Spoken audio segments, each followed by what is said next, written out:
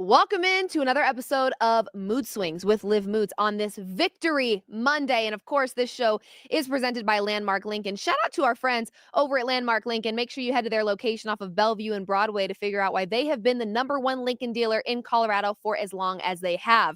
We have much to discuss today. And by much, I mean a lot of Broncos talk, so don't go anywhere. And let's get into the show.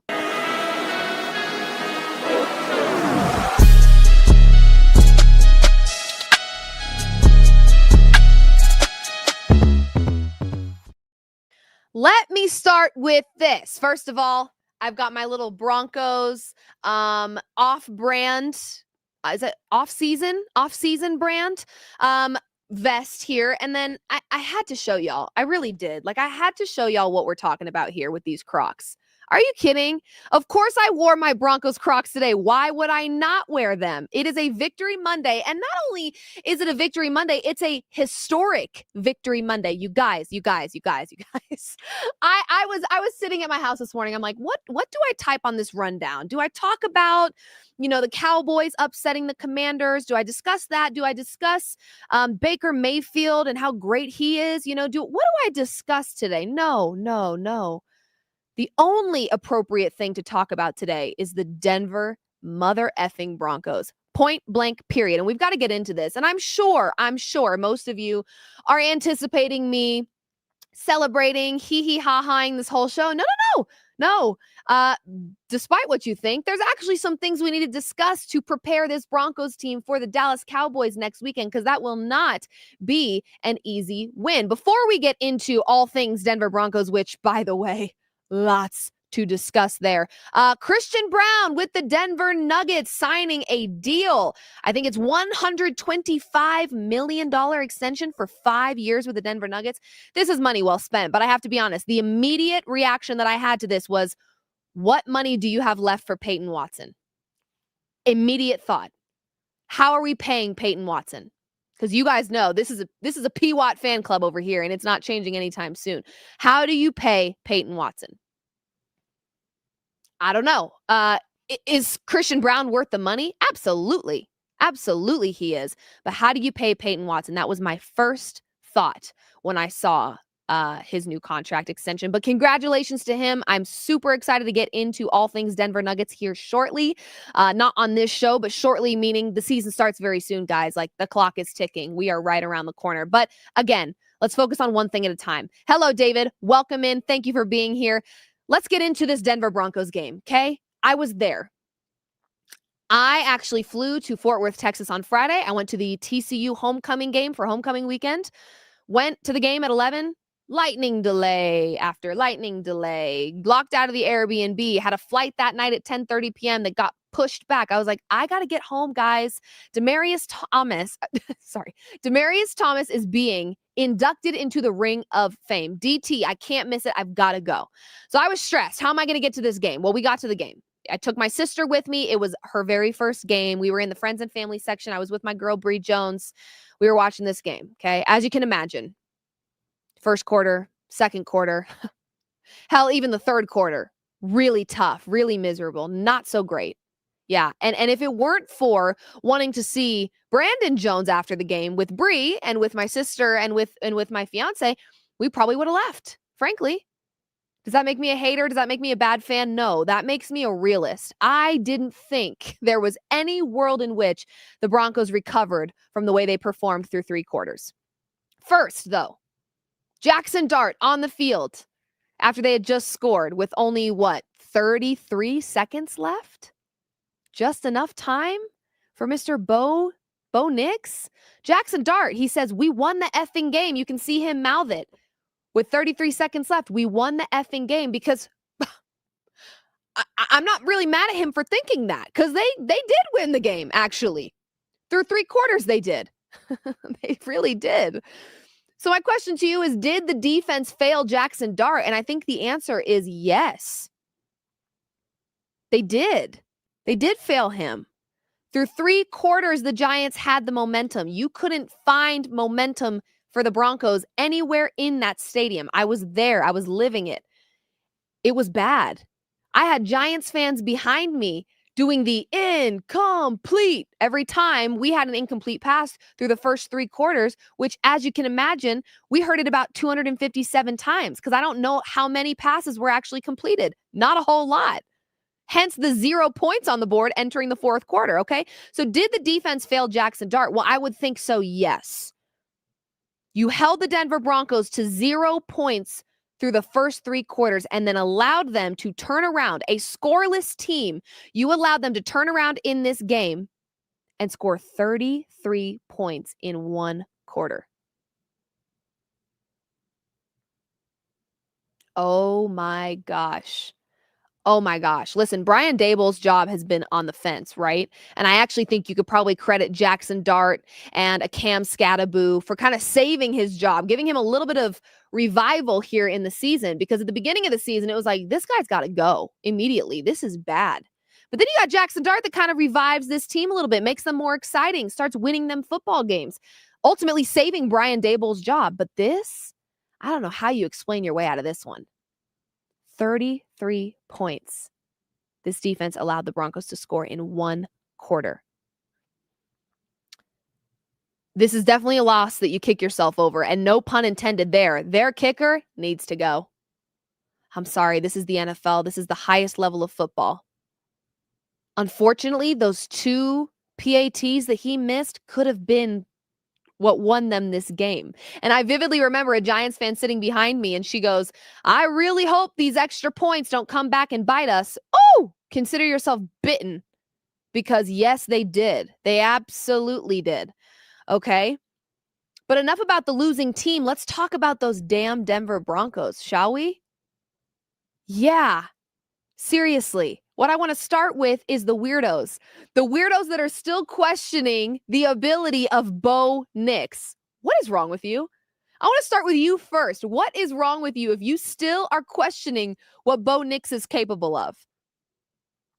This game confirmed Bo Nix is clutch. Actually, there's been a few games where it's confirmed that he's clutch.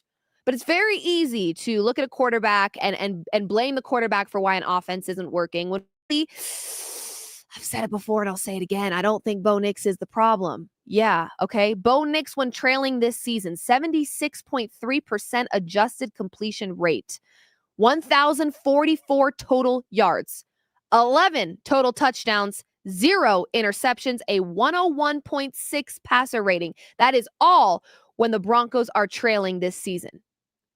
How would you define clutch?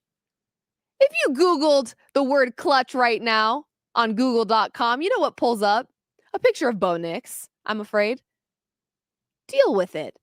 If you're still questioning what Bo Nix is capable of, I don't know what to tell you. I really don't. Now, I want to talk about why this offense, though, for 3 quarters didn't work and why it really hasn't been consistently working this entire season. Because like I said, I don't think it's Bo. So if it's not Bo, then who is it? Oh, you already know where I'm going with this. And we posted a little social clip online that really popped off. And there were quite a few of you in the comments section going, oh God. And I got to start with this. I said this on the last show. I'm going to say it again. If you're going to make a misogynistic joke, please, can we leave the go make a sandwich back in like 2012? That is so overdone. Like, at least be creative if you're going to flame me, right? If you're going to flame me for doing my job, for having your dream job, please get creative. That's all I ask. Like, I can handle it. I really can. I could give a crap less what you think. I really, really don't care. But at least get creative with the insults. I'm begging. Because then you'll make me laugh and I'll be like, oh, okay, like he's rude, but like kind of funny. You can't be rude and unfunny, Like, pick a struggle. Anyway, what isn't working? Because I think Bo Nix is working, but what isn't working? Well, I said it last time. I'm going to say it again. It's the play calling. And a lot of you don't want to acknowledge that. So much so that I had people in that comment section saying, well, how do you explain a 4-2 record then, Miss Know-It-All, if the play calling is so horrible? Well, I'll tell you how. We have a championship level defense that has actually saved us a lot this season. We're not going to credit the play calling to why the Denver Broncos are 4-2. Please take a seat for a moment. Not happening. Okay? Come on. Not happening. The play calling, in my opinion, now here's the deal. Can we maybe just call it what it is? I don't think Sean Payton will give up play calling anytime soon. I don't. I really, really don't. I don't know if it's an ego thing. I don't know if he's stubborn. I don't know if, he's got some tricks up his sleeve that we haven't seen yet, because he likes to be unpredictable and all the things. So maybe we're just scratching the surface with his play calling abilities. I don't know what it is, but I don't think he's giving it up anytime soon. I really don't. And if he's not planning on giving it up anytime soon, the only thing that I ask is that he trusts his quarterback. When you unleash Bo Nix, when you let Bo be Bo, when you let Bo loose, look at what you get. If you don't want to give up play calling, Sean, fine. You can do whatever you want, frankly, but fine.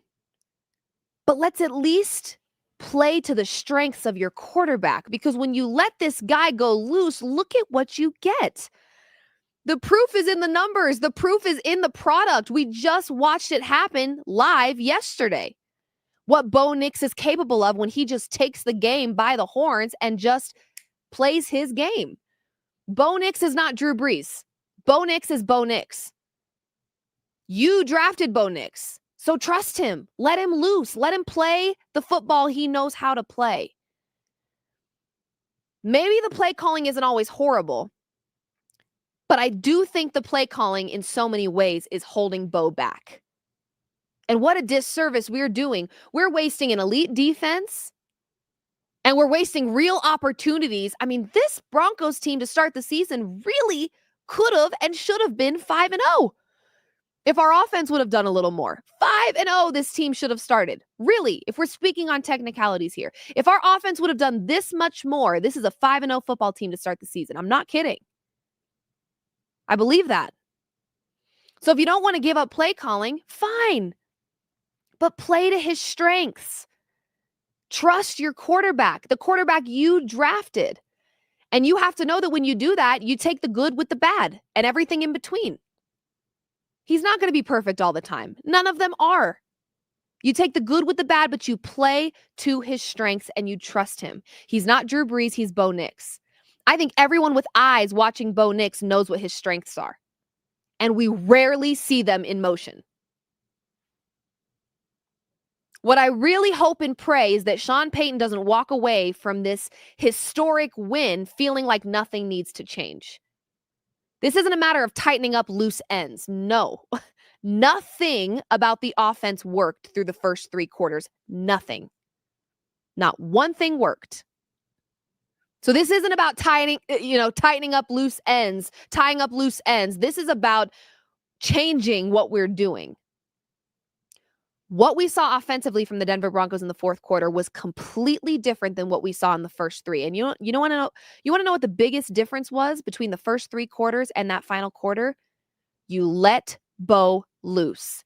You trusted your quarterback to play the game he knows how to play, and you let him win the football game. Period. When you confine this man, when you put him on a leash, and you play him like he's Drew Brees and he's not Drew Brees, it doesn't work, and it never has.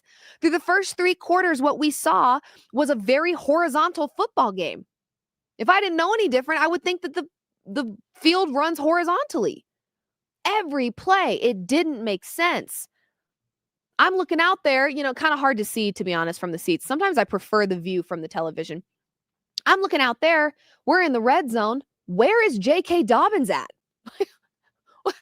Where is that man who just needs to be fed and he will get it done? So there is a lot of times that his play calling is exceptionally confusing. And when I said that, a lot of people also said, well, you don't want to be predictable. I never said that you don't want to be predictable. I think being unpredictable is a really great thing for an offense, especially when you're going up against a new defense every weekend. You want to be unpredictable. You don't want them to know your next move. But if your own offense doesn't know your next move, we have a problem. That's called chemistry issues. That's called you don't trust your offense. You got to have trust. Sean has to trust Bo and Bo has to trust Sean. It goes both ways. I think if you don't have trust with your quarterback that you drafted, it's never going to work. You've got to let that man loose. So help me, let Bo loose. Unleash the beast that is Bo Nix. Because look at what happens when you do. Don't confine him, Sean. If you're not going to give up the play calling, fine. But play to his strengths. Please, I beg, I plead. Because I do not think Bo Nix is or has been the problem. I don't. I see on my Twitter a lot. This is not a franchise quarterback. I actually disagree with you. I think this is a franchise quarterback that just needs to be unleashed. Please. We are not going to spend more time wasting an elite defense that shows up every single game. How exhausting, you know? We're not going to keep doing that. And I'm not going to let you guys spin it after watching that fourth quarter. I'm not going to let you guys spin it and act like there weren't things that went horribly wrong for 3 whole quarters in that football game. I was there. I witnessed it. There was a lot going wrong for 3 whole quarters. So I urge you, celebrate, live in this moment. By the way, you guys, I'm getting I'm getting, a little nitpicky here, but I'll tell you why. Dak Prescott's playing at a very high level right now. And we face the Dallas Cowboys next weekend. I don't know about you guys, but when it comes to the success of my team, I don't want it to stop here. Yeah, winning football games is really cool and really fun, but let's make a deep run, shall we? Let's go all the way. Why wouldn't you want that for your squad? Please. That's all I want, is to see them make a deep run. They're not going to do that not showing up offensively at all for 3 quarters. They're not. I can tell you that right now. What happened yesterday was magic. What happened yesterday is this godly thing that I have to credit to Demaryius Thomas that was watching over this game the entire time. There's no other way to put it. 2 successful 2-point attempts. 8 points, 8 points, 88. Demaryius Thomas's number, 88. 33 seconds left on the clock. 33 points scored in the fourth quarter. Demaryius Thomas died at the age of 33. Demaryius Thomas in that game was being honored and inducted into the Broncos Ring of Fame. There's no other way to explain it, guys. That was some godly stuff. Honestly. It was. And you're not going to get that all the time. So my point is, there's a lot of things that for the first 3 quarters, the Broncos need to tighten up on. And again, when it comes to the play calling, change. There were changes made from the third to the fourth quarter. You cannot convince me otherwise. That was a completely different squad out there. And look at what you get when you unleash the beast that is Bo Nix. Like I said, I actually don't think that Sean Payton will ever give up play calling. Maybe it's the stubbornness factor. I don't know. But I don't think he will ever give it up. But all I ask is you let Bo loose, you trust the guy that you drafted, and you play to his strengths. And please do so quickly so we aren't continuing to waste an elite defense. That being said, we did get a dub, you guys. Okay, I had to get over here and talk a little bit about what needs to change before we face the Dallas Cowboys and some of our division rivals in the upcoming weeks. But let me also say, holy shit, that game was insane.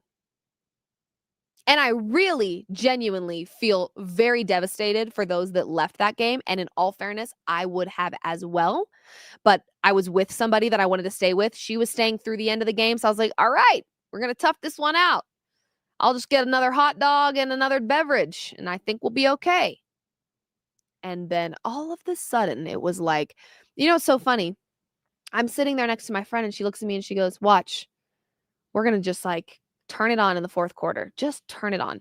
They're going to do that fourth quarter magic that they do, but we'll be this short on time. We won't be able to finish it out because we're just out of time, but they're going to turn it on in the fourth quarter and show us what they're all about. Watch. And sure enough, we're sitting there like, what? mean, it's kind of a blur, that game. I mean, it was the perfect football weather. You're honoring a legendary player who has passed away, who was a part of this organization. And you've got a historic comeback. You come back from a 19-point deficit and score 33 points in the fourth quarter alone. It's unheard of. It's historic. It's unbelievable. Now I got to say this as well. Broncos, damn it. Can we stop being so dramatic? Like, is there a world in which we just win comfortably? Cool, calm, collected?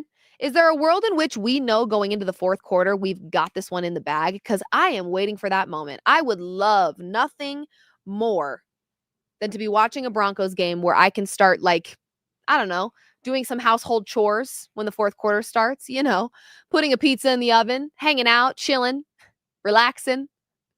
Is there a world in which we get to that point, or do we like living on the edge? Do we like living on the edge? I do want to talk about one moment because I talk about this player a lot. I'm very tough on Riley Moss. And I think it's because he's just in such a vulnerable position. Physically on the field, he's in a very vulnerable position. And following his injury, I feel like we saw, maybe not regression, that's not the right word, but less confidence out of him. I will say, I thought the PI call was a bunch of bogus. I will also say, as much as I was like, Sean, why the F would you get out in the ref's face like that in the middle of the field? What is wrong with you? Sean was kind of saying what we were all thinking, which is, what was that call? Are you guys insane? Are you mad? Like, what are we talking about? I thought it was bogus. I'm not one to say, you know, the reason that if the Broncos would have lost that game, I would not put blame on the refs. The Broncos didn't show up for 3 quarters. That's the facts. However, the refs were acting like they had a Giants money line in their parlay. I got to be honest. Towards the end there, they were acting up. They were trying to save the Giants. Like, guys, come on. We're going to help you out here for a second because no way you lose this game. No way you lose this game. They did. Ultimately, the Broncos prevailed. Bo Nix started lighting it up. And also, shout out Will Lutz, man. I mean, it's hilarious. And it's like just very iconic. But as we're going into the fourth quarter, you know, we're talking with the Giants fans behind us who were so kind and so respectful and so awesome. They were kind of acting like a little nervous, like, oh gosh, you know, we struggle to play defense late in the game. Hopefully they figure it out. And we both, everyone I was with looked at them and were like, listen, we love this team and we love this offense, but we just don't have a ton of trust in them yet. Like, we feel like you're going to be okay. We have to score a lot of points in this fourth quarter, and we have not done anything in this game. And frankly, we've had a rough offensive season for the most part. So you're probably okay. You know, we're just trying to calm their nerves. Like, you're probably fine. Well, then, as the fourth quarter continues to progress and the Broncos are moving the ball with 33 seconds left, you know, they finally get in field goal range. Those Giants fans tapped me on the shoulder and they said, so, how reliable is your kicker? I said, far more reliable than yours, I'm afraid. Yeah. Will Lutz is pretty great. And not always, you know, kickers have a tough job. I get it, man. Like, very, very tough job. I certainly would not want to be a kicker. But they were like, how reliable is he? And I was like, I kind of looked at them, and that's when I had a little bit of swagger back in my system, right? Like, I really felt like demoralized there for a minute. It was like, this is awful. Get me out of here. Like, I'm exhausted. I can't be here. Like, I'm emotionally drained right now. Started getting my swagger back, right? When the Broncos started to really turn things up in the fourth quarter. And at this point, when they're asking me, like, what's your kicker like? We're in field goal range. They just spiked the ball, 2 seconds on the clock. They're lining up to kick a field goal. And they're asking me, you know, is he him? Is he reliable? Like, are we about to lose this? And I looked at him and I was like, yeah, I don't think this game is working out in your favor after all. I really don't. because I feel pretty good about what Will Lutz is capable of in this moment. I really do. And it just, you could feel the energy. Guys, I'm getting goosebumps just thinking about it. You could feel the energy in the stadium. Like, it was like once they started turning things up in the fourth quarter, not one person was sitting. Like, we were on our feet, in my section anyways, we were on our feet screaming our faces off. I'm surprised I still have a voice today. That's how crazy things were becoming. Truly. I mean, it was nuts. It was nuts. I truly, I am so proud of the Denver Broncos for just not giving up at all, finding a way. That there's a certain element of the game of football, especially as you get deeper into the season and you start seeing division opponents and you start, playing playoff games and all that. There's a certain level of the game of football that is just tenacity and grit. Like when you get to the playoffs, especially, every team there is good. That's why they're there. It's the teams that have the culture and the energy and the morale to find ways to win regardless of the situation. And boy, did the Denver Broncos prove that yesterday. My gosh. They did not stop until that game was done. They were still, their energy at the end of the third quarter sucked, and for good reason. They hadn't scored a single point. It was like, what are we doing here? Like, this is really bad. Really bad. So to find a way to flip the script, regain momentum, boost the morale, that is exceptional. 33 points in one quarter is historic. I am so thankful I was at that game. I'm more thankful I didn't leave that game early because, wow. I just, unbelievable. And then you're honoring DT there. There wasn't a dry eye in the house. Certainly not with me. You guys know I'm an emotional creature. Wasn't a dry eye in the house. You had the Super Bowl 50 team there. It was just like cinematic, honestly. And if the Denver Broncos can play at all the way they played in the fourth quarter, a little earlier in the game and a little more consistently, I'm afraid this is a team that genuinely could go all the way. This is a championship level defense. This is an elite defense. And Sean Payton, despite what you guys think I think, which, by the way, you don't know what I think, Sean Payton is a very great coach. I just don't think he's a great play caller. Sue me. Can the two not coexist? That Sean Payton can be a great coach and a bad play caller, in my humble opinion? I don't know. Feels like those two things can coexist. So you've got a great coach. You've got an elite defense. And in my opinion, you have a franchise quarterback that has proven all season that he's clutch. So you get a little more out of that offense a little earlier in the game, which, now that we've seen it, by the way, watching that fourth quarter, guess what? Guess the first thing that went through my brain was, oh, so they can play offense. Oh, so they can be clutch. Oh, so they can score touchdowns. It's not that they can't. That's never been the problem. So now that we know they can do it, we just need to see it more consistently and a little earlier in the game. And if you get that from this Denver Broncos offense, I fear this Broncos team really could go all the way. If you got out of Bo every game what we got out of Bo in the fourth quarter, imagine what this Broncos team looks like. I'm so serious. And what was the difference in the fourth quarter? You unleashed the beast that is Bo Nix. You trusted your quarterback, the quarterback that you drafted. You didn't call plays like he was Drew Brees. You called plays like he was Bo Nix. That was the difference in the fourth quarter. And look at what you got. Hello. Come on. I'm just saying, like, it's the truth. That's what you got. Guys, this is a victory Monday for the history books. It is, actually, literally. But certainly for my history books, by far, hindsight's 2020, right? Because the first three quarters, I was like, this is the worst football game I've ever been to. Fourth quarter, this is the best football game I've ever been to. Now that the game's over, I can say I had a blast. It was fun. It was an amazing football game. When I was in it, not so much fun.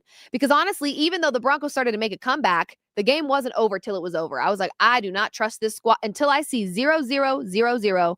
And I know the final score. I'm not getting excited about nothing. Nope. Nope. Can't do it. But what a comeback. It's one thing to score 33 points in a quarter period. It's like, wow, they were really on fire. It's another to come back having not scored any points. Again, morale was low. Momentum was disintegrated into poof, dust, gone. So to not only score 33 points in one quarter, but to do so after scoring none through 3 quarters. Pretty good stuff, guys. Pretty good stuff. I mean, I certainly, as a Broncos fan, was exceptionally excited.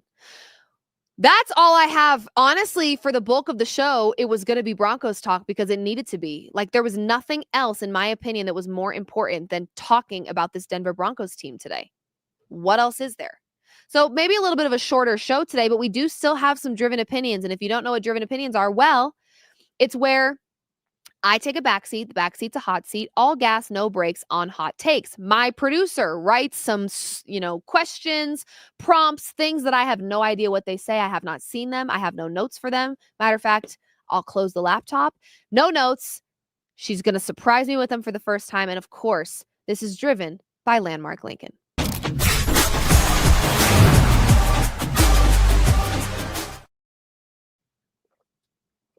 Oh, I'm sorry. I'm freaking parched. Guys, actually, I have to tell you something before we get into this. I have been noticing, like, my skin's kind of breaking out a little bit. What else was there? My face is feeling a little puffy. I'm just like, what's happening here? And then I did a little self-reflection and realized I don't remember the last time I finished a water bottle. Not okay. I know. I get it. Like, I'm really bad at drinking water. Every time when I was young, I would go in. And keep in mind, I think I hydrate. I'm like, oh yeah, like a tea or a sweet tea from Chick-fil-A. That's got water. No, it's not. It's not the same. It's not the same, guys. And I was traveling this weekend. Like, unacceptable behavior. I need some more water. So forgive me if I just take a little break here because honestly, usually when I'm not feeling good or something's wrong with me, 90% of the time, if I just drank a water bottle, I'd probably feel better. So self-inflicted. Don't feel sorry for me. I'm an idiot. Okay. First prompt. Here we go. What do you have for me, Andy? What's the best Halloween costume you've ever worn/come up with? Wow, really good question there. Halloween costume. Oh, I'm not super great at Halloween, and I'm going to tell you why. It's because the holiday, first of all, the holiday itself is very dark, and I don't really love that. I'm not against trick-or-treating, scary movies, pumpkin carving. Don't get it twisted. Like, I'm not excessive. But it's just like I don't like scary stuff. I don't like demonic thing. It's just like, why? Like, that scares me. It's uncomfortable for me. So I'm not like a huge Halloween girl, honestly. I will say one of my better ones when I was younger is I wore a baby onesie, like footed pajamas, except here was the kicker. My mom found a way to have like the diaper hanging like halfway off of the footy pajamas. And in the diaper, we super glued a Tootsie Roll. So it looked like a poopy diaper. That was quite, in my opinion, pretty creative. And I did like that costume quite a bit.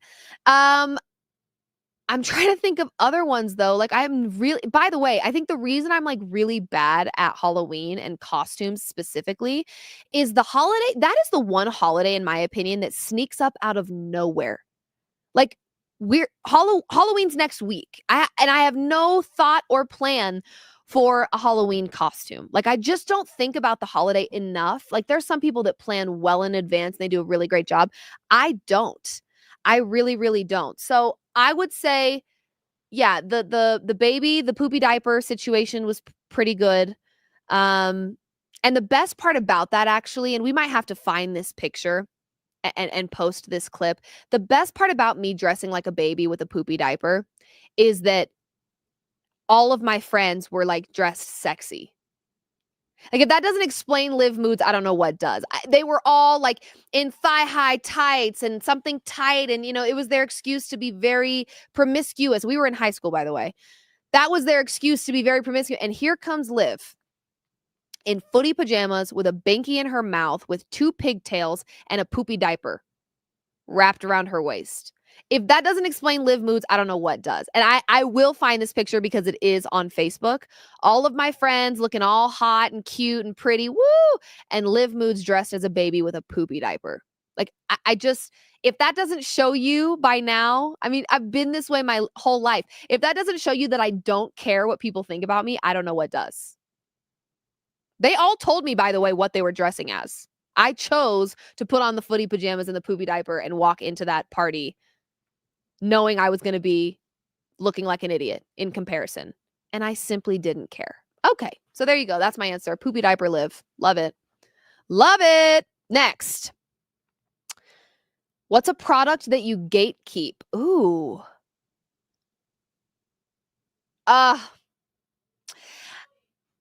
This one's Chloe's. So actually, this isn't necessarily a product, but it's an application on my phone. And I do gatekeep it, and not really intentionally, but like someone will comment and be like, this picture is so clear. Like, what did you take this on? There's this app that you can download for a price, and it takes the most stellar, stunning, phenomenal photographs I've ever seen. Keep in mind, I own a Canon G7X, and this app takes them probably better sometimes. It's pretty insane. It's called the Flow app, PHLOW. It does cost money.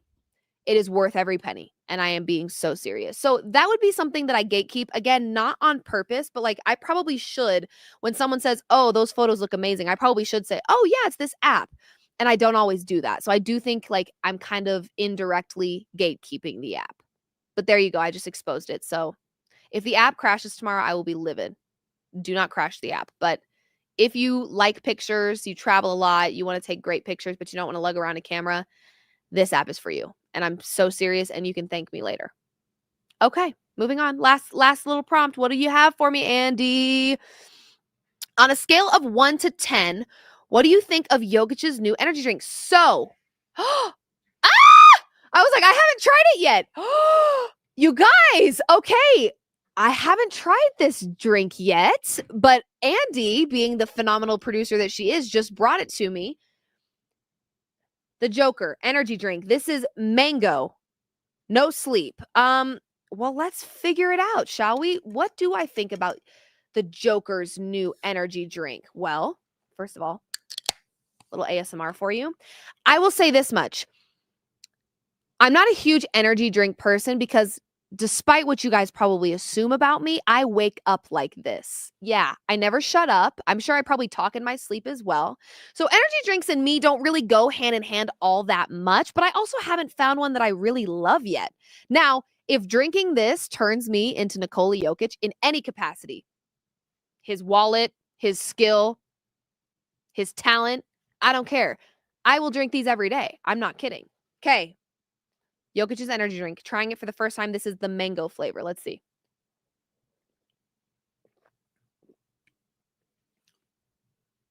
Okay, guys. Actually, hold on. Most energy drinks I don't like, and it's for this reason. They're too syrupy tasting to me. Like they're too sweet. This one's got some sweetness. So I'd probably add a little splash of water over some ice or something just because I don't like them super sweet. But honestly, guys, scale of 1 to 10, I'm going to give this an 8.5. No, 8. I'm going to give this an 8. I think the 5 was because he's Jokic. Sorry. My bad. Oopsies. At least I'm honest. This is an 8. This is an 8. Yeah. I mean, I actually really like that. Okay, let's see. Yeah. Okay. You get a little bit of vitamin B6 in there. You get a little vitamin B12, vitamin C. I mean, what's not to love, really? Yeah, this is actually pretty stinking good. I like the mango flavor. I do. I really like the mango. I'm a big mango person, so I don't know if they have other flavors. Do they have other flavors, Andy? She has no idea. I really like this. I'm giving this an 8 out of 10 for Jokic's energy drink that I'm trying for the very first time. I dig it. Also, who holds a drink like this? Am I okay? I'm sorry. Let me try that again. Guys, it's good. It is. It's good. I mean, I'm not getting paid. I don't have to lie. When have I ever been a liar? Not once in my life. Well, maybe. Maybe I've fibbed. I have no reason to lie. This is not a paid sponsorship. This is very good. This is the mango flavor. Nikola Jokic's energy drink. Get yours now. Where do we get it at? King Soopers? Probably King Soopers. I don't know. But find it. Google it. Say, Joker energy drink near me. Guarantee you it pops up. You should try it. It's pretty good. 8 out of 10 from me. 8 out of 10. Yeah. Uh-huh. Woo! Yeah, so I'm going to be up all night. But I actually don't want to stop drinking it because it is good. And I am not an energy drink person. I'm not. Mostly because it kind of, like, picture me on, like, crack. No, I'm just kidding. You would never picture that because I already act psychotic. Like, I'm bouncing off the walls like an Energizer bunny. So I don't really drink these often, but I'm sure my fiance is watching this going, FML.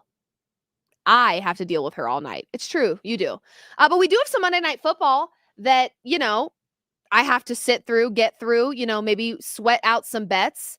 And I will do so while I sip on my Jokic energy drink. Yep, it's true. Let's really quickly just talk through very briefly that Monday Night Football game because what do we got, guys? What do we got in this Detroit Lions Tampa Bay Buccaneers game? Here's the deal. This to me actually could produce the winner of the NFC at the moment. I mean, who do you have coming out of the NFC right now? I would probably say Lions or Bucks. I really would. So, when you know that, that's kind of what you're going to be looking for. Now, for me, I plan on tailing the Tampa Bay Buccaneers until I can't any longer. Baker Mayfield is playing at a very high level. He is making a very solid case for himself for MVP, most valuable player. Yes, I said what I said. I kind of feel like it's just a really good situation. Now, when you look at this Lions team, the other side of the ball here, Jared Goff doesn't really always need to be that guy. When you've got such success and consistency in your running backs, you don't need to be airing it out. So I wouldn't really look at like a big Jared Goff game. I really wouldn't. Now, 6 points against a really red hot Tampa Bay Buccaneers team feels a little odd. I'd probably sprinkle on the Tampa Bay Buccaneers to cover at least. That being said, let me just look. Let me look at some of these props really quick. Let me look at where the public's at.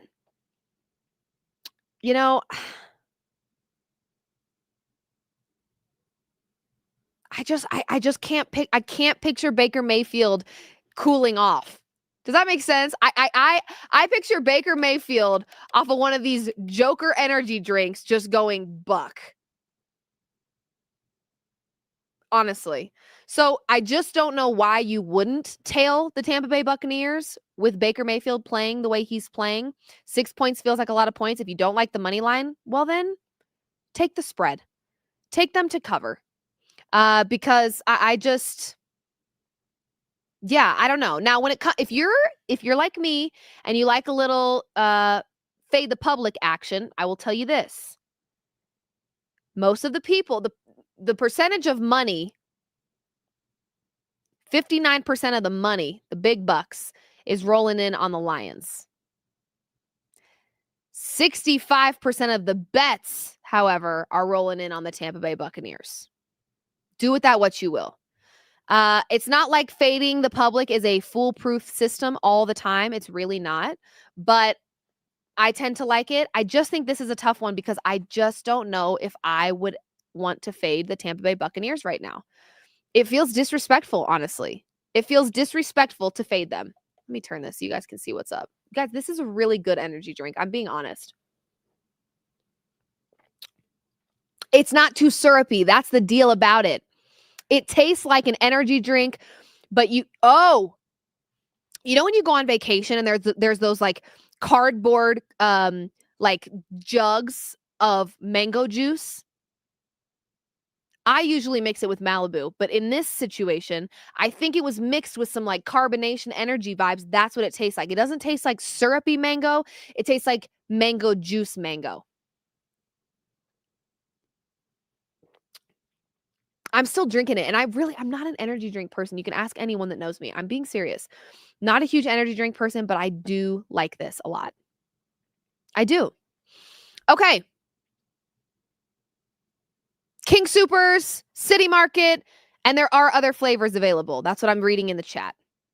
There's more flavors available, and I might have to try them because so far, me likey the mango. Yeah, it's true. A little ASMR action. Yeah, yeah, it's true. Okay, before I actually like lose my mind, let me put that down. That kind of does it for the show today, guys. I wanted to touch a little bit on the Monday Night Football game. I really just think the Buccaneers to cover, potentially winning outright, feels right. I just don't know how you fade the Buccaneers right now. Baker Mayfield, he just has this MVP energy about him where he is going to guys, I just got a text from my fiance and he said, "Stop drinking it, please." Cue the eye roll. First of all, who does he think he is? No, it's true though, because what I'll do is I'll complain that I can't fall asleep later, and he will want to fall asleep because he will be tired, and I will pester him because I don't like to be awake alone. Yep, it's true. I will stop drinking it for now, but I am going to make you try it when I get home because it is very good. Okay, that does it for another episode of Mood Swings with Liv Moods. Happy Victory Monday!